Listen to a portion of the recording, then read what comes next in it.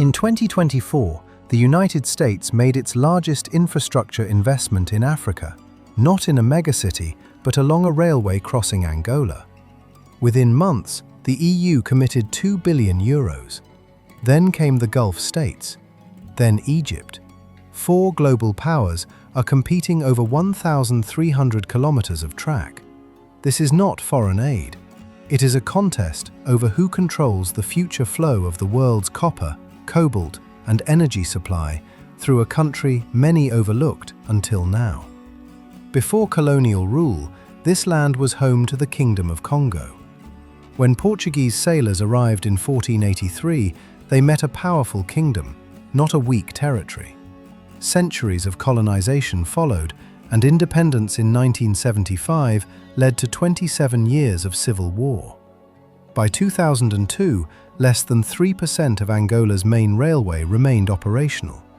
Today, that same railway has become one of Africa's most strategic assets. Angola is Africa's second largest oil producer, but it is working to reduce its dependence on oil. Public debt has fallen sharply since 2020. Non-oil revenue has nearly doubled as a share of government income, and the economy grew by more than 5% in the first quarter of this year, driven by transport, manufacturing, and digital services. At the center is the Lobito Corridor, linking Angola's Atlantic coast to the copper and cobalt regions of the DRC and Zambia. The United States has committed billions. The EU has invested through Global Gateway. The UAE has pledged up to $3 billion, and Egypt also wants a role.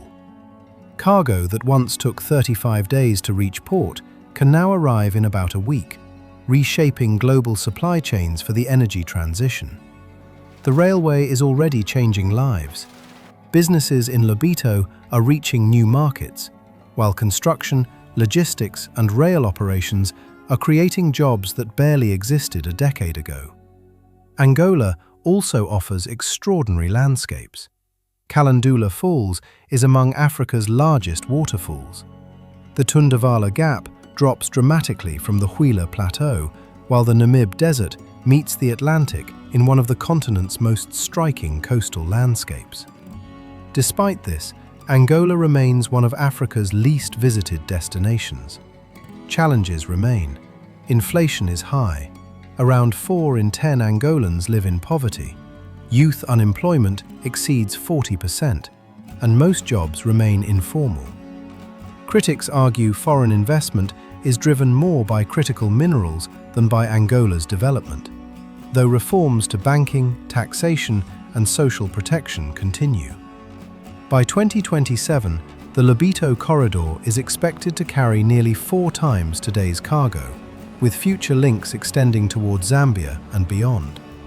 Angola is betting its future will be defined not only by oil, but by trade, infrastructure, and industry. Angola is no longer waiting to be discovered. It is becoming one of Africa's most important strategic stories.